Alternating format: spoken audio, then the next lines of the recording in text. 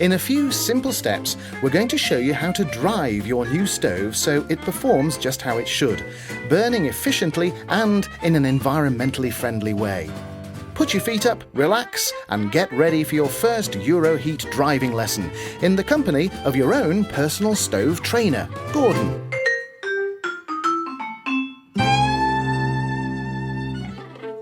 There's more to wood than meets the eye, a lot more. The wood you use on your stove will decide how well it performs. If it's too damp, it will create lots of smoke and not much else. Wood that's just been cut is as much as 70 or 80% water. That's a pint for an average 12-inch log. And no wood will burn properly while it still contains high levels of water. As well as blackening the stove window, damp wood will build up undesirable elements in your chimney. Wood takes a long time to dry out properly. This might never happen if it's stored outside in our damp climate, so finding a reliable source of good quality green, unseasoned wood that you're going to dry, or good quality dried wood, is a must. If it's properly seasoned, the wood's moisture content will be 20% or less. It's also a lot lighter to carry around. So what you need is seasoned dry wood, at least a year old, preferably older, and stored properly. What do we mean by properly? Well, to dry out, the wood needs plenty of air to circulate freely around and through it. A good wood pile is built on top of a base that allows air to pass through and carefully arranged in layers. It must be open on at least two sides, but waterproofed on top. Split wood both dries and burns a lot better than unsplit logs. So if your logs are intact, it will always pay to split them. Alternatives to burning logs are smokeless coal or high-quality anthracite. Ordinary bituminous house coal does not burn cleanly and will almost inevitably clog your stove and chimney with soot and tar deposits.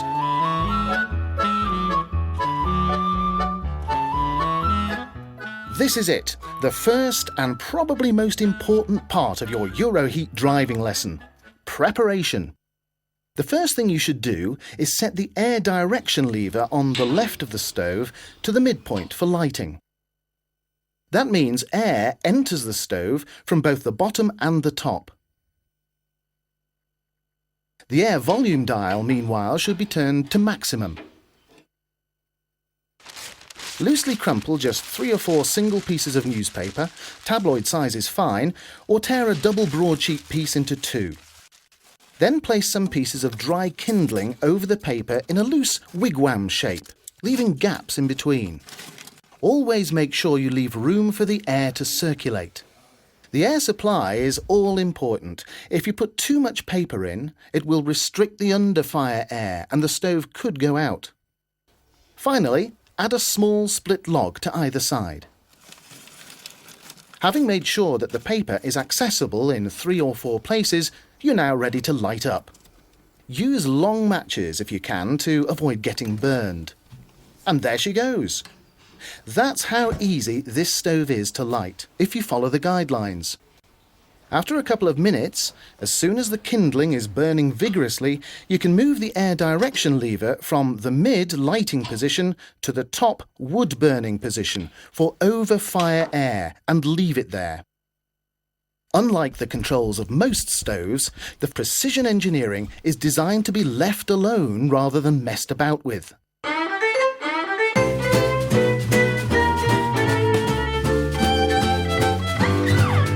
With the kindling burning well and the stove operating with over-fire air only, you can now add 1 or 2 small logs. To avoid any smoke passing into the room, always open the door slowly. Use the fire glove supplied with your stove to add the wood, leaving ample gaps between them for that all-important airflow. When these logs are burning nicely, you can add a few more. After 10 minutes or so, enough heat will have built up in the flue to reduce the air volume from the maximum down to its normal working setting, normally halfway around the dial. Once you can see flames rising from the middle of the logs, the stove is well and truly going. And that's really about it. From now on, the stove literally takes care of itself. All you have to do is adjust the temperature to your desired setting. And add more logs as and when you feel the need. So one of the key things to remember is not to be tempted to tinker. You might be used to having to open ash pit doors or adjust levers to get the stove going or regulate the temperature. None of this is necessary.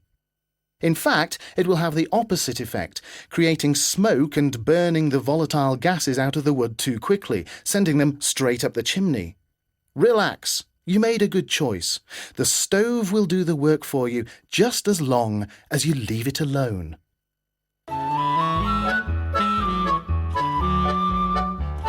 The printed user guide that came with your stove has loads of useful information presented in an attractive and informative way.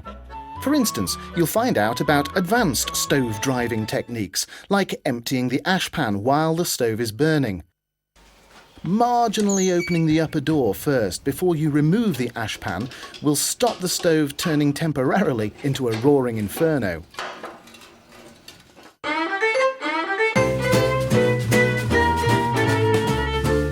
If you want to keep your stove burning overnight, you need to build up a bed of fuel that will stay alight for up to 12 hours. To do this, build up the stove with logs at least an hour or so before you plan to go to bed. Place the logs towards the front of the stove. This gives a great flame display while they burn and means charcoal banks up behind them at the rear of the stove. Let the logs burn down naturally, so that what's left is glowing charcoal without any flames. Then shut the stove's air volume down as low as it will go and leave it. When you come back to the stove in the morning, the charcoal will still be burning cleanly. If you put the air direction lever back to the midpoint for a short while, as if for lighting, and turn the stove up again, it will soon come back to life, ready for you to add more kindling. It's easy when you know how.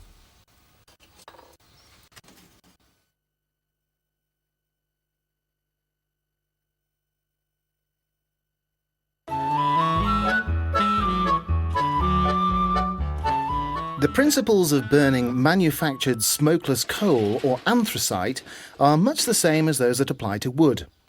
Light the fuel with crumpled newspaper and kindling, or you can use firelighters. When the coal is alight, you can add another layer, gradually building up the fire, leaving the lever in the mid position for smokeless coal, or closing off the overfire air for anthracite. Before adding any further layers of coal, you should make sure that there are no significant flames, and always riddle the grate. As with wood, it's all about getting the stove burning correctly and leaving it.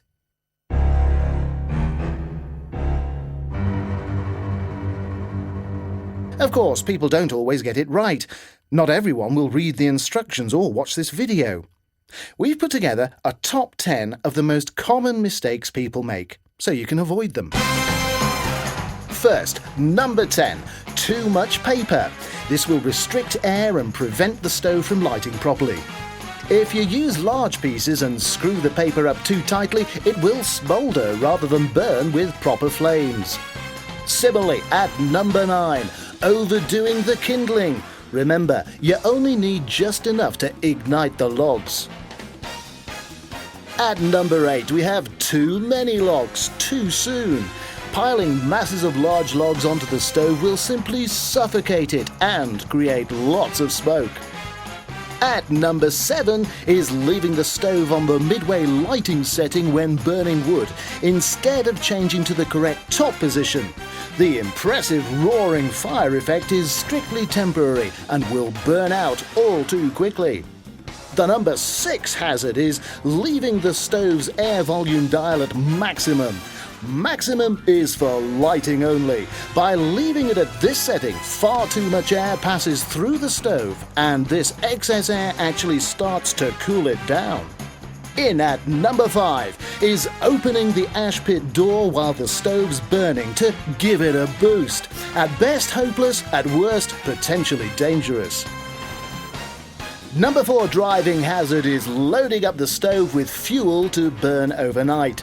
This might be how it used to be done, but if you've not let the logs burn down before going to bed, you'll just end up with a pile of smouldering wood, which will simply create lots of smoke to blacken the glass. Number 3 is using bituminous house coal. This will burn pretty well, but it will also leave a layer of residue on the inside of your chimney flue. So please, don't do it. If you're not burning wood, you can always burn smokeless coal. At number 2 comes the old stovey's perennial problem: excessive fiddling. Excessive fiddling with this or that control will result in much frustration, ultimate failure, and may even damage your stove. Finally, number 1, the root of about 80% of issues people have with a stove or chimney: using wet wood.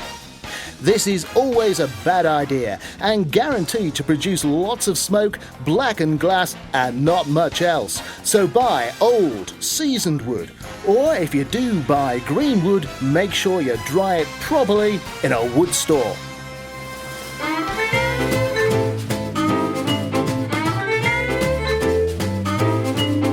By reading the user guide and following the simple instructions on the DVD, your new stove will give you years of faithful, trouble-free service. Of course, if you do have a question about your stove, don't hesitate to call our technical support helpline on 01885 491117.